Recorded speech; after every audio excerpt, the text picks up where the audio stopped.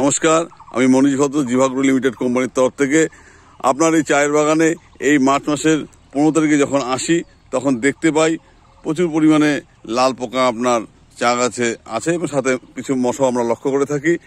সেই সময় দাঁড়ায় আমাদের জিভাগ্রো লিমিটেড কোম্পানির প্রোডাক্ট লাল পোকার জন্য প্রিসিড, মশার জন্য ওয়ারলর্ড, সাথে রিং মাস্টার দিয়ে আপনার কাছে স্প্রে করাই। আজকে 22 তারিখ, এই 7 দিনের দিন তার রেজাল্টটা নিতে আসছি। আপনি বলবেন তাতে কোনো রেজাল্ট পাওয়া গেছে পাওয়া যায়। প্রথমে আপনার নাম ঠিকানা।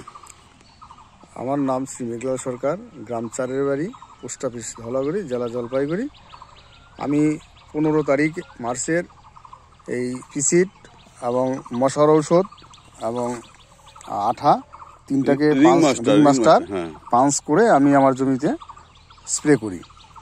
এক সপ্তাহ পরে আজকে 22 তারিখ, আজকে আমি দেখি সেই লাল পোকা 80% মোটামুটি নির্মূল হয়ে গেছে, কিছুটা আছে এবং মশার ওষুধ সম্পূর্ণভাবে নির্মূল হয়ে গেছে।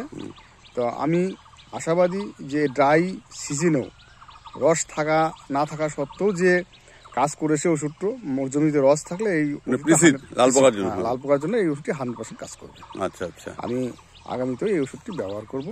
আমি সিচুয়েশন যে এই ওষুধটা কাজ করবে। তার মানে ওয়েদারটা যদি ভালো থাকতো তাহলে মানে 100% চলে যেত, কারণ যে পিরিয়ডটা গেলে এতে কোনো পোকামাকড়ের ওষুধই সেভাবে কাজ করেনি, তাই না?